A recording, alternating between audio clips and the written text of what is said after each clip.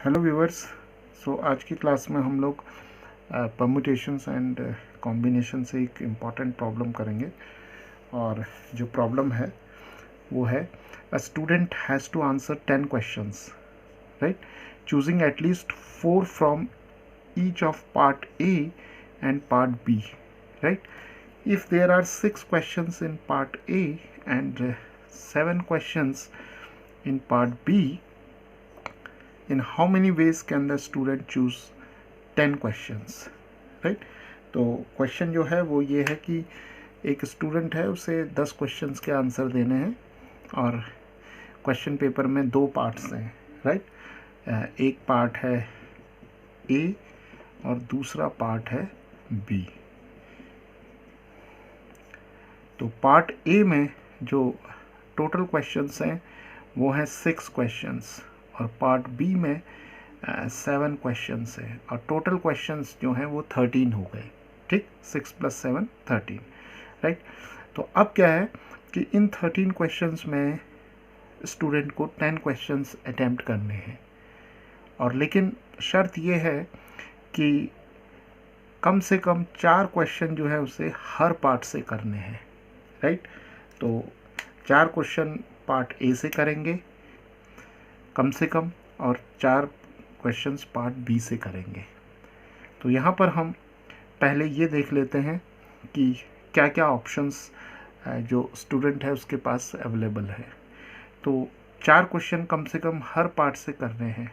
तो पहली कंडीशन तो ये हो जाएगी कि अगर यहाँ से 4 क्वेश्चंस पार्ट ए से ले लिए जाएं तो पार्ट बी से हमें 6 क्वेश्चंस करने पड़ेंगे, तभी जो सम है वो 10 आएगा।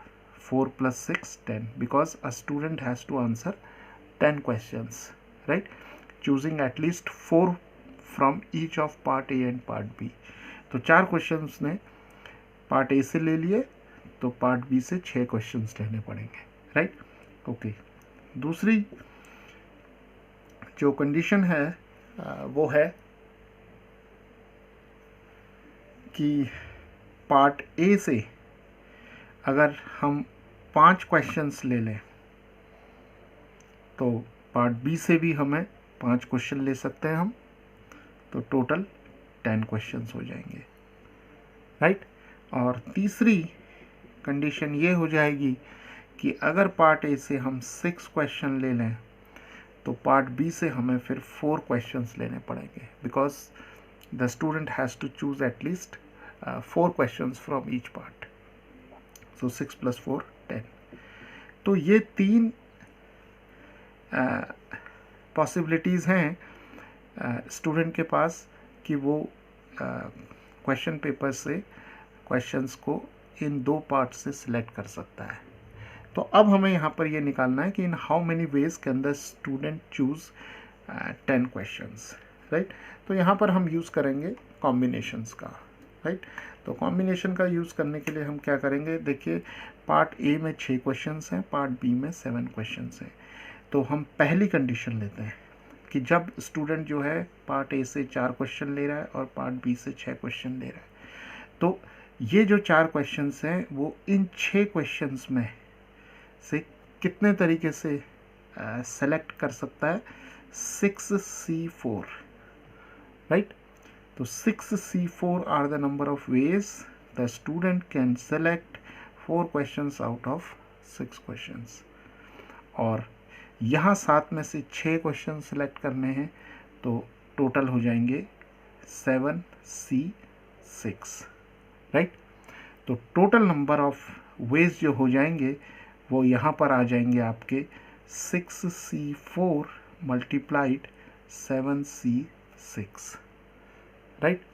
अब देखिए अगर स्टूडेंट सेकेंड ऑप्शन लेता, यानी कि 5 क्वेश्चन पार्ट ए से करता और 5 क्वेश्चन पार्ट बी से करता, तो ये 5 क्वेश्चन उसे 6 क्वेश्चंस में सेलेक्ट करने हैं, तो टोटल वेज हो जाएंगे 6C5। और यहाँ पर 5 क्वेश्चंस लेने हैं 7 क्वेश्चंस में से सिलेक्ट करने हैं, तो हमारे पास 7C5 हो जाता। तो टोटल नंबर ऑफ वेज तब हमारे पास आ जाते 6C5 मल्टीप्लाइड 7C5, राइट। अब अगर थर्ड ऑप्शन सिलेक्ट किया होता, यानी कि 6 क्वेश्चन हम पार्ट ए से कर रहे हैं और 4 क्वेश्चन पार्ट बी से कर रहे हैं, तो जब 6 क्वेश्चन हम पार्ट ए से ले रहे हैं तो number of ways of selecting 6 questions out of 6 questions is 6C6 और 4 क्वेश्चन लेने हैं आउट ऑफ 7, तो 7C4 हो जाएगा, राइट। तो टोटल नंबर ऑफ वेज आ जाएंगे यहाँ पर C6 मल्टीप्लाइड 7C4, राइट। तो अब हम इन बाइनोमियल जो कोफिशिएंट्स हैं उन्हें हम सॉल्व कर लेंगे और फॉर्मूला यूज़ करेंगे NCR का। तो NCR हो जाएगा n factorial over r factorial और n minus r factorial, right. So viewers 6C4 की वैल्यू आ जाएगी 6 फैक्टोरियल, ये फॉर्मूला अप्लाई करेंगे 4 फैक्टोरियल 6 माइनस 4 2 फैक्टोरियल, राइट। तो जब हम इसे सॉल्व कर लेंगे तो 6 into 5 into 4 factorial divided by 4 factorial multiplied 2, तो 4 फैक्टोरियल कैंसिल हो जाएंगे, 6 5 30 ओवर 2 दैट इज़ 15, तो 15 आ जाएगा, राइट। और 7C6 की वैल्यू आ जाएगी हमारी 7 फैक्टोरियल 6 फैक्टोरियल 7 माइनस 6 1 फैक्टोरियल, तो हमारे पास ये आ जाएगी 7 multiplied 6 factorial over 6 factorial multiplied 1, so 6 factorial and 6 factorial cancel हो जाएगा, तो हमारे पास 7 आ जाएगा, राइट। तो ये प्रोडक्ट आ जाएगा हमारा 15 मल्टीप्लाइड 7 दैट इज़ 105, राइट। तो similarly we can find out these 4 binomial coefficients with the help of this formula. So now the values of 6C5 is 6 and 7C5 is 21 and 6C6 is 1 and 7C4 is 35, right. तो total number of veg अब हमारे पास जो आ जाएंगे वो आ जाएंगे 15 7 105 plus 6 times 21 is 126 plus 35, right.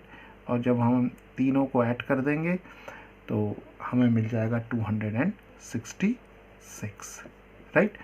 तो इस problem में जो स्टूडेंट है he has to answer 10 questions, so there are 266 ways in which the student can attempt 10 questions given these conditions, और condition क्या है कि he has to choose at least 4 questions from each part A and